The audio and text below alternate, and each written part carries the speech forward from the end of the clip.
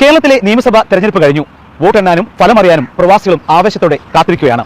ഇത്തവണ ഗൾഫിലെ സംഘർഷങ്ങൾ മൂലം നിരവധി പ്രവാസികൾക്ക് വോട്ട് ചെയ്യാൻ സാധിച്ചിട്ടില്ല. എങ്കിലും ഉയർന്ന വിമാനക്കൂലി കൊടുത്തും നിരവധി പ്രവാസികൾ നാട്ടിലെത്തി വോട്ട് ചെയ്തു. എന്തുകൊണ്ടാണ് പ്രവാസികൾ ഇത്രയും തുക കൊടുത്ത് നാട്ടിലെത്തി വോട്ട് ചെയ്തതെന്ന് അവർ തന്നെ പ്രതികരിക്കുകയാണ്. ഇവരുടെ ഈ വാക്കുകളിലേക്ക്.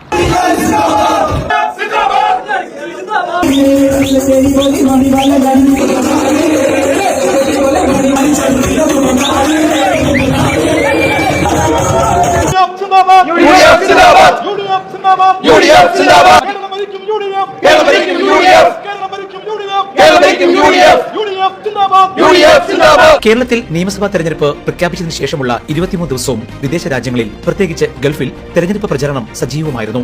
അതേസമയം ഇത്തവണ തെരഞ്ഞെടുപ്പ് ആവേശം മുൻ വർഷങ്ങളിലേതുപോലെ അത്രയ്ക്ക് വീറും വാശിയോടെയും അല്ലായിരുന്നു.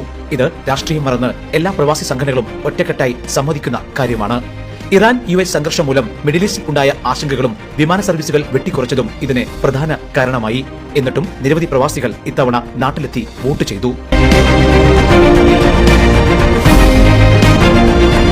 സർക്കാരിന്റെ ദുർഭരണത്തിനെതിരെയുള്ള വിജയെഴുത്തായിരുന്നു ഓരോ പ്രവാസികളുടെയും ഇത്തവണത്തെ വോട്ട്. തിരുവനന്തപുരം മുതൽ കാസർഗോഡ് വരെയുള്ള പ്രവാസികളുടെ ഓരോ വോട്ടും ഇടത് സർക്കാരിന്റെ ദുർഭരണത്തിനെതിരെയും അതുപോലെ തന്നെ പ്രവാസികളോടുള്ള അവഗണനയ്ക്കെതിരെയായിരുന്നു.